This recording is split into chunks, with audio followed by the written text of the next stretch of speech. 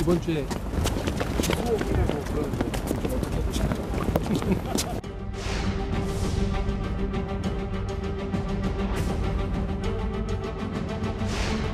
정부의 마음이 온통 일본 퍼주기, 야당 파괴 같은 콩밭에만 가 있으니 경제가, 민생이 제대로 굴러갈 리가 없습니다.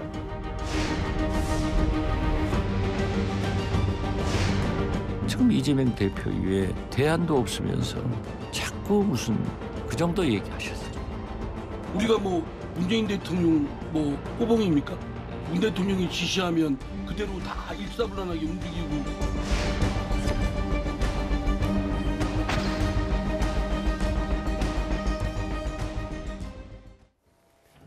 예, 월요일 뉴스 탑10은 바로 여기부터입니다. 검찰이 대장동 의혹과 성남FC 후원금 의혹과 관련해서 이재명 대표를 이번 주 내에 불구속 상태로 재판에 넘길 걸로 보입니다. 저희가 준비한 1위가 바로 나왔는데요. 검찰 수사가 시작된 지 대략 1년 6개월 만입니다. 영업사원이 100만 원짜리 휴대폰을 주인 몰래 아는 사람에게 미리 짜고 10만 원에 판 겁니다. 단군일의 최대 치적이 아니라 단군일의 최대 손해라는 말이 어울린다 하겠습니다. 후불제 뇌물, 할부식 뇌물 방식으로 뇌물이 지급됐습니다. 기업들이 이재명 시장 믿지 못하고 약속한 청탁을 실제로 들어주는 것을 건건히 확인하고 나서야 뇌물을 지급한 것이었습니다. 영장 혐의 내용이 참으로 억지스럽습니다. 돈을 버는 것이 시장의 의무도 아니지만 적극 행정을 통해서 5,503억 원을 벌었음에도 더 많이 벌었어야 한다라며 배임죄라고 주장합니다. 기업 유치를 위한 성남시 행정은 모두 적법하고 정당했습니다. 시 예산으로 운영되는 시 산하 기업의 광고 수입이 어떻게 뇌물이 될 수가 있습니까? 매서운 겨울도 결코 봄을 이길 수 없습니다. 진실의 힘을 믿겠습니다.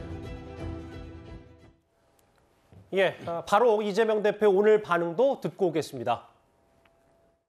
이번 주에 기소한다고 그러는데요. 좀 어떻게 보실까요? 자, 고맙습니다.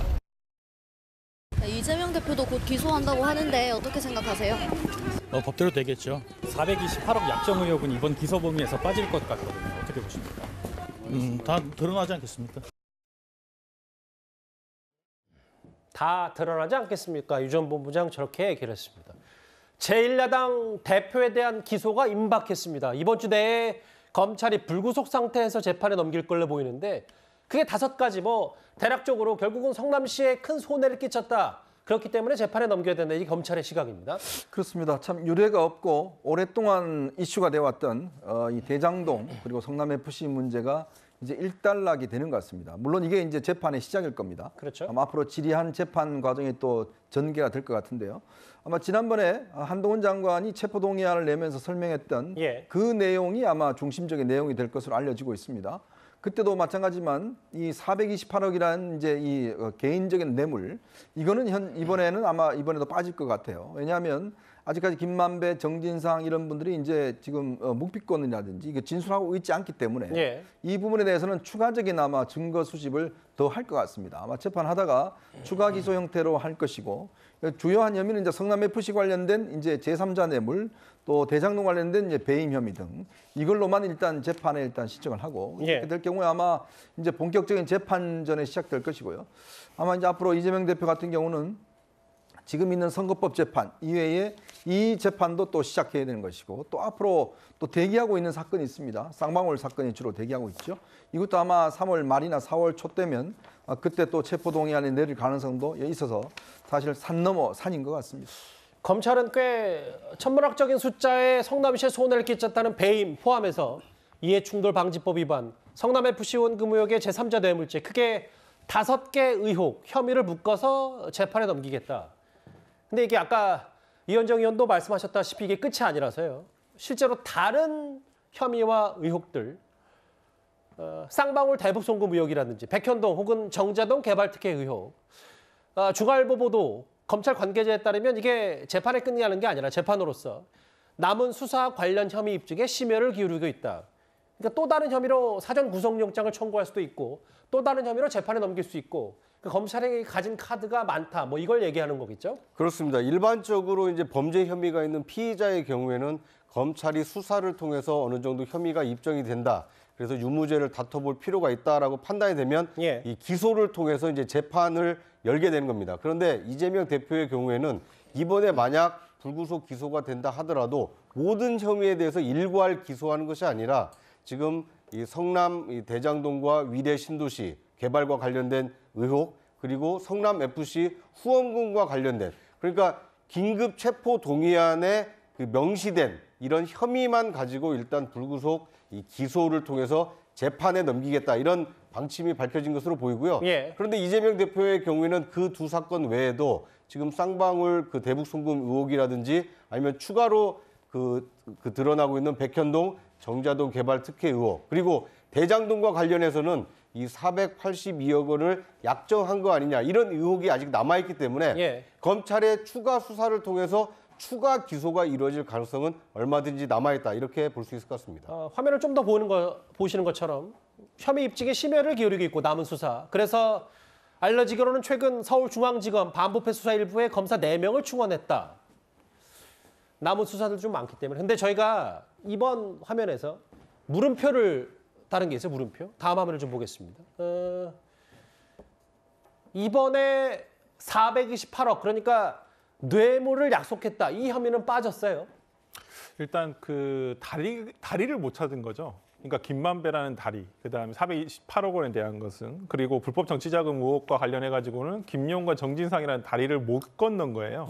그렇기 때문에 지금 어찌 보면 검찰로서는 이 다리를 건너야지만 넘어갈 수가 있는 부분인데 지금 거기까지는 아직 못 미친 것 같고요. 이제 향후에 저희가 봤을 때는 아마 그 김만배 씨의 이 천화동인 1호 지분에 대한 어찌 보면 불법 범죄 수익 그 은닉과 관련된 재판에서 이 부분에 대해서 조금 재판정에서 진술이 나오면 그걸 가지고 아마 조금 수사가 진행되지 않을까 싶고요. 그다음에 이제 김용 부원장이나 이제 정진상 실장 같은 경우도 불법 정치자금 수수 관련해 가지고 이게 넘어갔다는 게 있어야 되는데 아직 김용과 정진상 씨는 본인들이 부인하고 있는 상황이거든요. 그렇다고 한다면 이 재판 결과에 따라서 그 다음 스텝으로 가야지만 이게 검찰의 수사가 수순대로 되는 것이거든요. 그렇다고 한다면 아직까지는 검찰이 어떤 이재명 대표에게 이러한 의혹에 대해서 어떠한 그 증거를 찾지는 못하고 있다. 그리고 증거가 없는 것은 아닌가라는 생각도 들고 1년 넘게 지금 수사를 해오면서 가장 이 부분이 중요한 부분인데도 불구하고 아직도 증거를 찾지 못하고 있다는 부분에 대해서는 검찰이 참 갈 길이 멀구나, 이런 생각이 좀 듭니다. 뭐 오늘 야당에서는 그래서 뭐 빈수레만 요론하다 뭐 이런 표현도 썼는데 뭐 삼류소설 표현을 좀 또 썼고. 근데 이제 설 변호사님께 한 번 더 질문을 드리면 뭐 일단 알려진 겁니다. 그 재판에 넘길 때 아직까지 확정이 된 건 아닙니다만 말씀하셨던 것처럼 이 불법 정치자금 의혹, 김용 전 부원장이 정치자금으로 뒷돈 받았다. 이 혐의가 제외됐다고 하더라도 지금 김용 전 부원장 재판 과정에서 지금 1심 재판 진행 중이잖아요.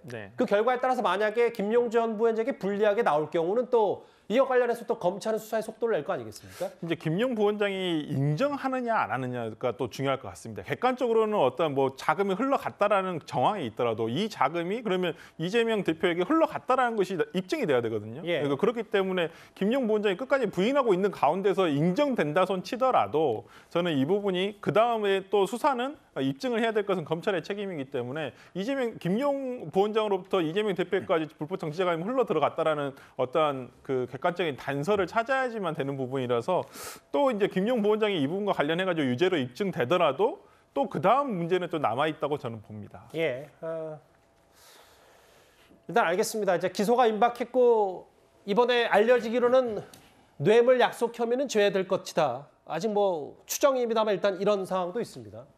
그런데 이렇게 이재명 대표, 당대표에 대한 기소가 임박한 가운데 강경파 의원 한 명이 오늘 이런 주장을 했습니다. 비명계 의원의 목소리와 비교해서 들어보겠습니다.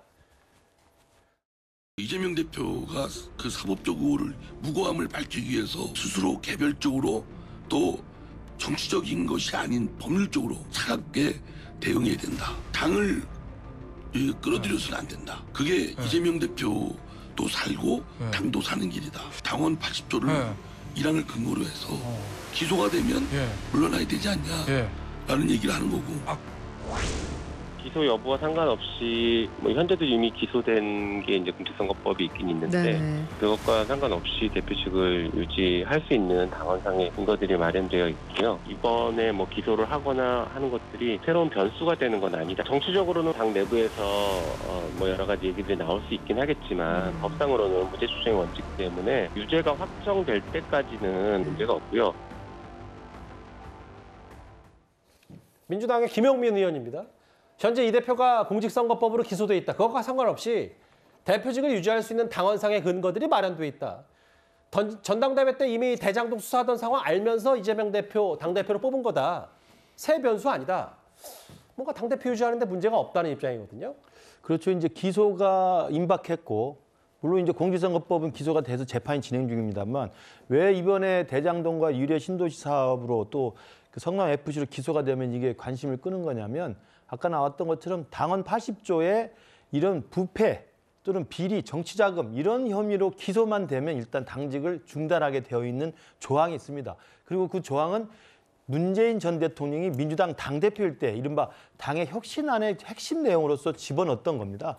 그래서 이제 그런 부분이 이제 그 수면 위로 올라와서 논란이 될 수밖에 없는 거죠. 기소가 됐는데 지금 천문학적인 숫자 아닙니까? 성남시에 1,000억 원 넘게 배임을 했다는 것이고 성남 FC는 133억이라는 제3자 뇌물을 수수했다는 것이기 때문에 이런 정도의 뇌물 부패 혐의면은 사실은 당원 80조라고 하는 이 기본적인 혁신의 정신을 살린다면 뭐 당연히 당대표를 그만두는 게 맞는데 지금 김용민 의원이 말하는 것처럼 일부 강경 친명파 이런 의원들 같은 경우는 뭐 무조건 고한다. 좀 이렇게 지금 주장을 지금 분위기를 띄우는 것 같습니다.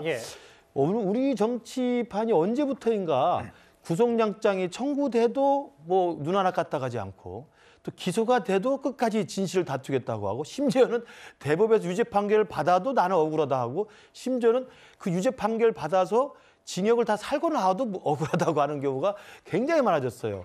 정말 우리 정치권에 왜 이렇게 염치가 없어졌는지 알 수가 없습니다만 지금 제1야당 대표인 이재명 대표가 저런 천문학적인 숫자의 뇌물과 부정부패와 비리와 관련된 혐의로 기소가 된다고 한다면 그 상황에조차도 이것을 야당 탄압 정적제거라고 하는 정말 뜬금없는 프레임으로 대항하면서 당대표직을 유지한다고 저렇게 강변을 하는 게 과연 민주당의 일부 지지자들 빼고는 국민들 눈높이에서 과연 동의할 사람이 얼마나 있겠느냐.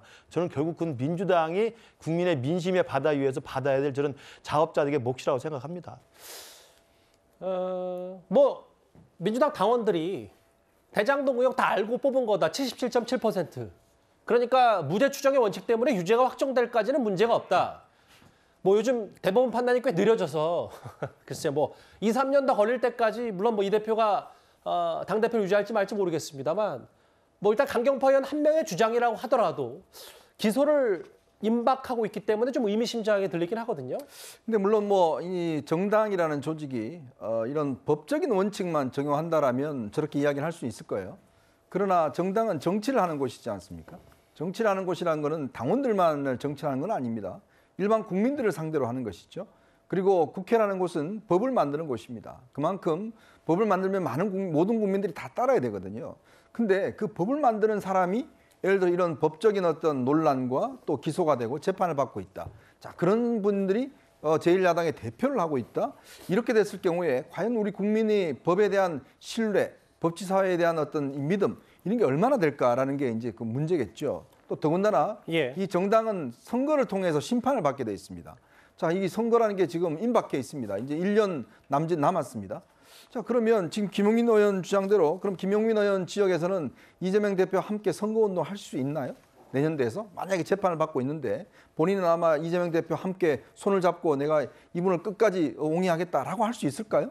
저 그런 용기가 있다면 뭐 할지 모르겠지만 아마 많은 의원들이나 후보자들 같은 경우에 그렇게 하기가 굉장히 어려울 겁니다. 다른 의원들은 총선 걱정을 할 수밖에 그렇죠. 없다. 왜냐하면 시민들한테 유권자들한테 이거 지금 무죄 추정 원칙이어서 지금 아직 대법원 판결 안 나서 걱정하지 마십시오라고 이야기하면 그게 맥힐까요? 안 그렇거든요. 그래서 많은 분들이 걱정하는 겁니다. 특히 수도권 같은 경우에 이 문제 때문에 걱정하는 분 많기 때문에 저는 김용민 의원 뭐 본인은 저렇게 주장하고 본인은 어떻게 할지 모르겠지만 아마 본인도 선거가 임박하면 말을 바꿀 가능성이 저는 있다고 봅니다.